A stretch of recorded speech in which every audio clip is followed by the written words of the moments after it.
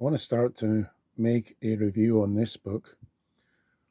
I'll probably do it over a series of stages. I've only read the first few chapters. This is a PDF, a free PDF version. It's an absolute classic, very difficult to get a hold of these days for a reasonable price. It seems to be out of print for some bizarre reason when it's a crystal clear look at, shall we say, patristic, aesthetical spirituality. It's absolutely crystal clear. It's not a massively lengthy tome. This is just excerpts, so I didn't want to print the whole lot out. So I printed off just a few chapters. Okay, so it's probably double this and a bit. It's quite an extensive introduction at the start that takes you through, who Saint Nicodemus of the Holy Mountain was, because quite a few of his books are available on Amazon, written about the sacrament of confession and other things. But I think this is the great work that he produced. Something tells me this is the great work. So, what to say? What he's talking about is the need that basically the mind has become a victim, a slave of the passions, a slave of the senses, that the senses have indulged in the pleasures at the five sense gates. And this since the womb. He writes about how even in the womb, because the mind is not fully developed, and then through birth into about the age of 15, he says. Now, he's writing in the 1800s when society was probably a lot more polished, society he would have been mingling in. And he's saying up until about the age of 15, people are waltzing about in like dream states, led by their senses. I would say St. Nicodemus, try 30, try 35, try 40, try 50 nowadays. Unless we really take an effort to break free. When you read this, it reads really like, wow, this guy is breaking through the matrix here. This guy is cracking the code and revealing it to us. It's exciting stuff, and it's crystal clear, no waffle, succinct, from the pen of an Athonite monk, spiritual master and teacher. So it's beautiful stuff. Why was the body in this? Why did God join the body and the soul? He tackles this succinctly in a page or so. And again, he's not just elucubrating, navel gazing and intellectual waffling. He's going to the church fathers, to the saints, to scripture. And so it's soaked in all of that. He says, well, God will have reasons why he joined the body and the soul. God will have his reasons, but to some extent, it is to raise the lower creation to the higher, and that again, this is quoting the church fathers, that the mind would be to the body what God is to the mind, to the human being. But of course, original sin and actual sin has changed all of this almost beyond recognition. The incarnation of Jesus Christ means that man can now aim higher, can now get back on track. From this point of view, he says here, the reason for the coming of the new Adam, Jesus Christ, can be said to be our liberation from seeking and having only the visible things, and at the same time, our exaltation to love and enjoy the spiritual realities, thus indicating our true transference to what is indeed better. Those who wanted to achieve this very goal with ease, that is, the cutting off of worldly pleasures and the enjoyment of the spiritual ones, were the true philosophers and the ascetics who abandoned the inhabited places where there always are so many causes for sinful attacks and went to live in deserts and caves. not finding there the usual causes of worldly pleasures. They were more readily able to subdue the senses, and in relatively short periods of time were able to rise up to the sweetest enjoyment of the spiritual and divine realities. So just allow me a little indulgence of my own life story.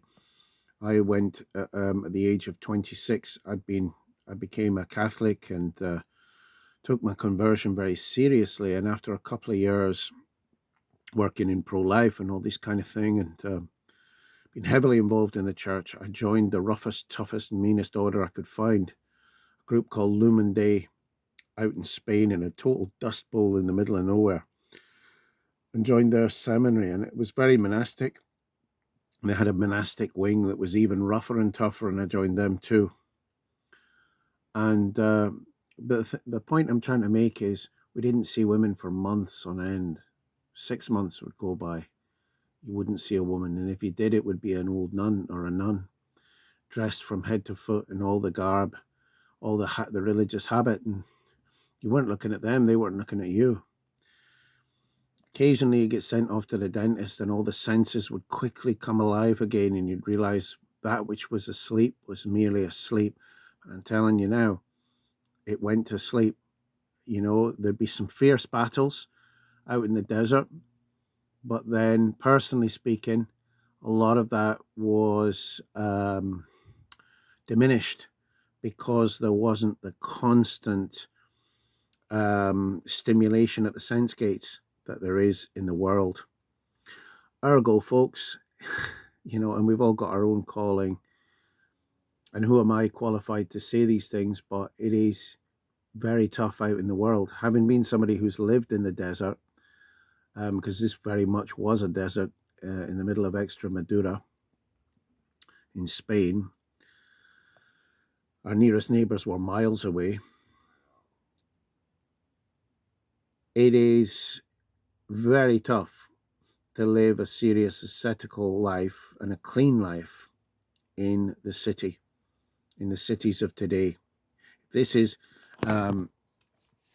Saint Nicodemus writing this in the late 1800s of Greece, in a context of Mount Athos. How much more does it apply today? That doesn't make it impossible, of course. It just means we have to be aware. There's going to be constant setbacks, constant challenges, constant temptations, struggles, and warfare. But if we are genuinely called to remain in the world, then how we do so will matter a lot. Are we simply here entertaining ourselves, or are we actually doing God's will, serving others, serving his church, etc., raising a family or loving others, etc.? He talks a lot about, well, he talk a lot because it's succinct, everything he says, but he mentions the tree of the knowledge of good and evil, where Adam and Eve fell. And he's again mentioning the church fathers and quoting from them to say this is the pleasurable pain. This is the start of what's called the slavery and bondage to the painful pleasures, to the pleasures that are mixed with pain. And we all know it, particularly those against chastity. They seem so natural at the time, so right. I had a couple of beers last night after my work, and it seems so right, so healthy to be doing so in the hot, out in the garden. And yet I wanted more. And yet I lost prayer through that. Only those two largest beers.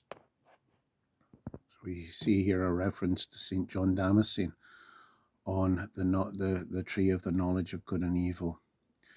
And he also quotes other church fathers on this, like St. Gregory of Nyssa,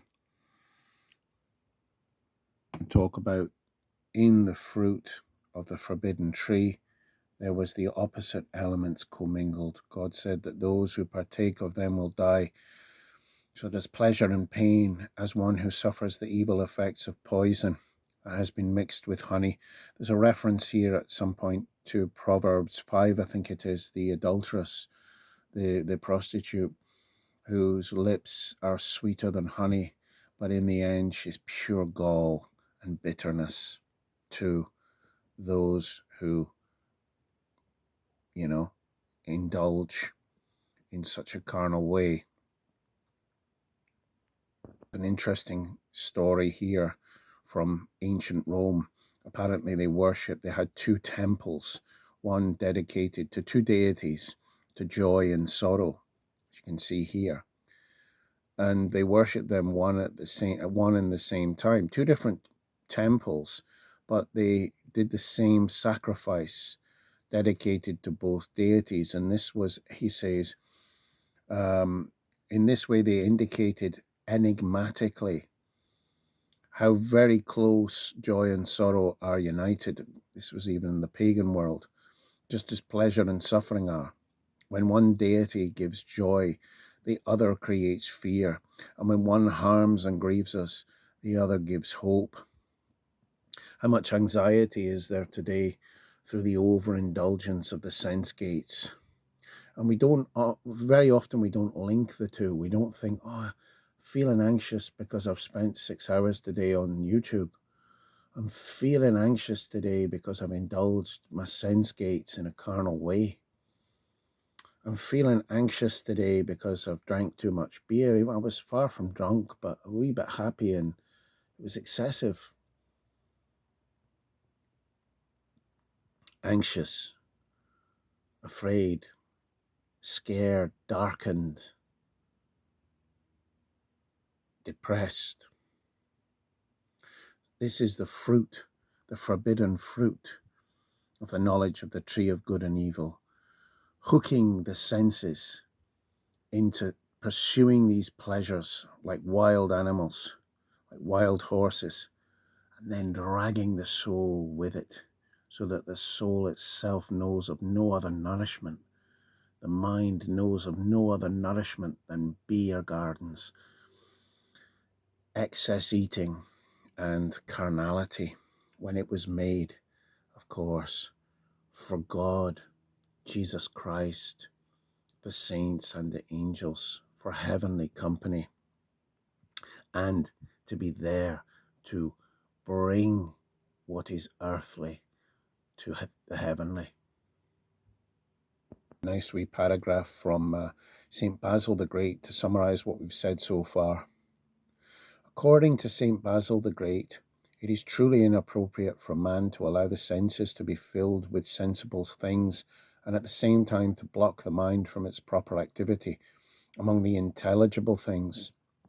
He wrote, I consider it inappropriate to allow the senses unhindered to be filled with their own matter, while the mind alone is shut out of its own proper activity. The mind is made to be filled with heavenly things, and yet the senses are simply indulged and satiated at the sense gates.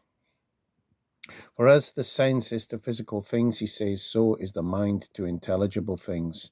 Our senses then have in a way become hooked to the physical pleasures, not only during the early years of our youthful life, as we have indicated thus far, but also during the later years. Our own mind and that of the entire human race has also been hooked upon the bait of the same physical pleasures. Consequently, he says, we have been shamefully deprived and have all lost that blessed and true pleasure of ours. By the same token, if these senses of ours are not freed from the physical pleasures, the mind itself will not be able to be freed from them and to return to its natural pleasure. Why is there so little love for sitting quietly in a church? Why is there so little love for the sweet things of God?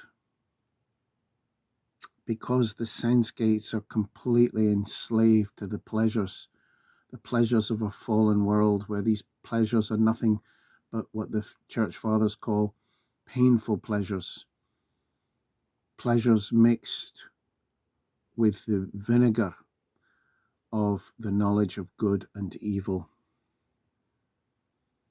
Cursed.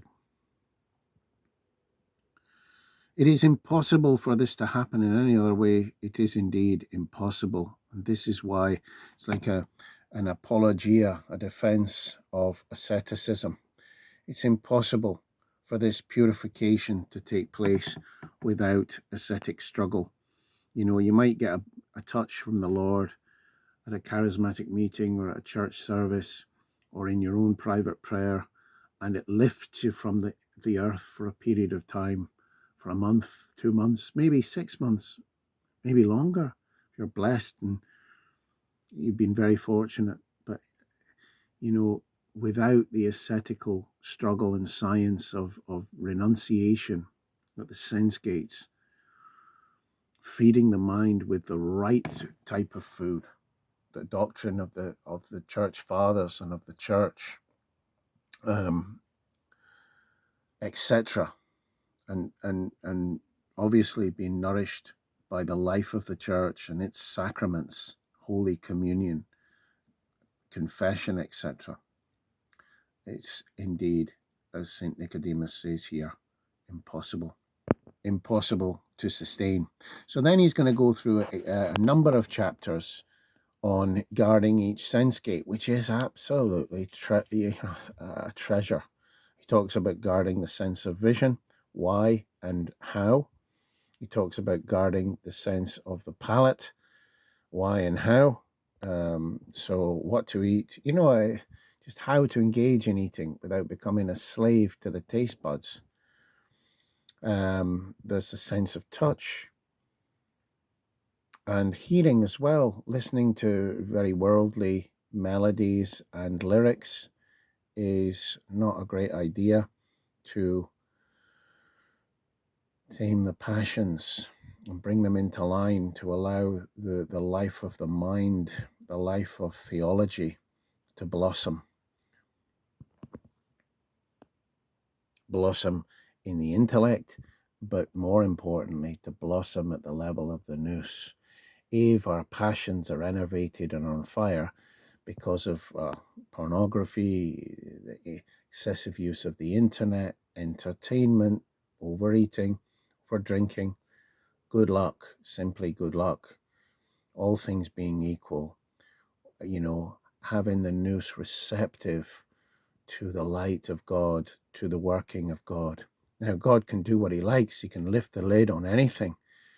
Look at St. Paul on his road to Damascus. But the church fathers have told us and shown us that the ordinary ways, the highways of God, are through the ascetical practices of the church and of the saints.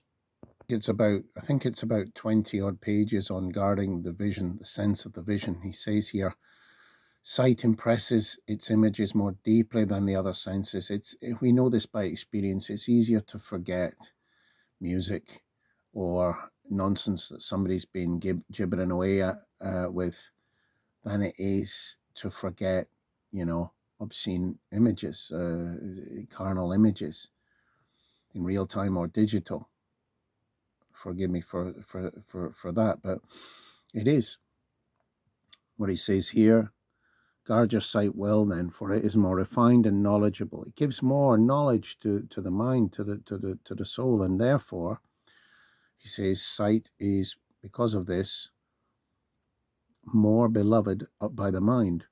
And because sight is more beloved, the mind makes a deeper impression with its image upon the compass of imagination. So in other words, it grips deeper leaves a mark on the soul, on the mind, a deeper impression on the imagination. And because they are deeper, they're also more difficult to wipe out. I remember, being in the desert myself in the monastery, and you'd have dreams, vivid dreams of like TV watching and things that you hadn't watched TV for years, and these images were coming up, almost being purified, being sorted. The mind was doing a filtration process. Now that was back in the early 2000s. How much more would that be going on if I was engaging with it today?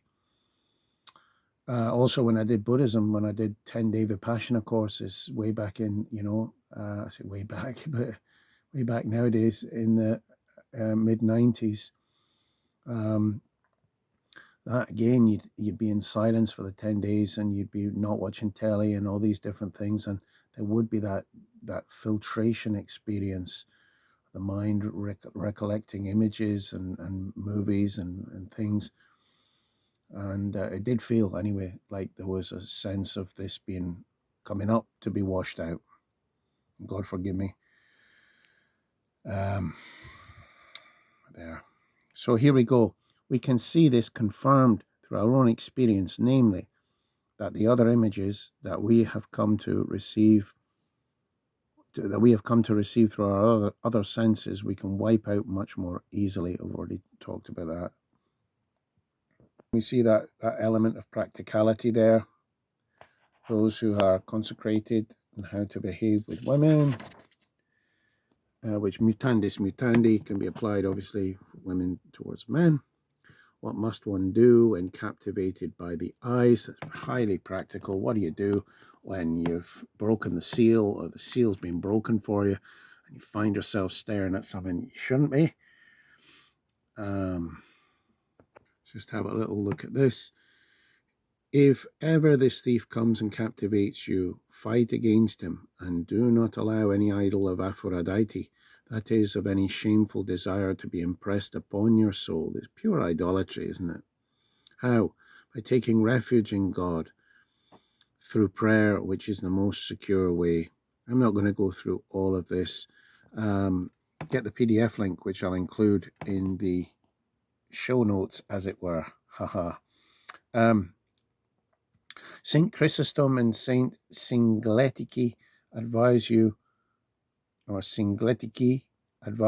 to use this method in order to be delivered from his wiles. With your mind, gouge out. This reminded me very much of the Mahasatipatthana Sutta of the Buddha. Well, truth is truth, however you find it, but here we go.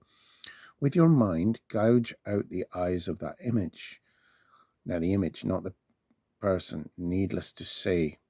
Tear its flesh and cut away its lips from the cheeks in your mind's eye. Remove, moreover, the beautiful skin that appears externally, and meditate on how it is hidden underneath. And what is hidden underneath is so disgusting that no man can bear to look upon it without hate and abhorrence. It is, after all, no more than a skin skull, and an odious bone filled with blood and fearful to behold. It's interesting, the other day I saw something on YouTube. It's quite disturbing, really, but it was one of these detectives, the researchers, pathologists, criminal pathologists, and some people donate their bodies to this and agree to be not buried, but rather just left in these kind of open air cages, and some even without the cage, just to see what happens, so that then scientists can say, this is this stage of decomposition that they've been found in. These are these conditions, and they test with different Arctic conditions, tropical, subtropical, temperate. I mean, it was horrific. What you saw, the stages of decomposition within a week. I mean, I won't go into detail, but this is what this is talking about in your mind's eye. And there's talk of some of the desert fathers engaging in this as well, to take their mind off carnality, to reflect on the body as a cadaver. Where is this beauty? It's skin deep, literally. Do not therefore pay attention to the external flower, says St. John Chrysostom, but proceed further through your mind, unfold that fine skin with your imagination, and consider what lies beneath it. And then you've got a quote here from the wise Singletiki. As one really goes into the depth of reality, beyond the makeups and the cosmetics, beyond the nice hairdo and all the rest of it, we see the passing frivolity, that really all flesh is grass, as the prophet Isaiah reminds us. As Singletiki says here, from this point on, the mind notes nothing about the once desired image, but foul-smelling and decaying ulcers, and soon imagines it lying dead next to the inner eyes. Thus it is impossible for one to escape. thus it is possible for one. It is possible for one to escape from sensual thought. If the situation persists, he must be disposed. If it so happens, and there are women present in a certain place, and the bishop or the abbot decides to go for a walk in that place, the women ought not to attempt to do any work while the bishop or the abbot is there. Again, highly practical stuff. But this is not written just for the consecrated. It is also, and for priests and bishops, it's written also for lay people who have a serious call. Any call is serious, to follow Christ and to rise above slavery at the sense gates, to free the mind, free the nous for prayer. He's going to talk about, the unification of the mind and the heart. It's all very orthodox, patristic, biblical, aesthetical. Probably about 100 pages worth, all in all. I'll include the PDF in the description, as it were. God bless your prayers.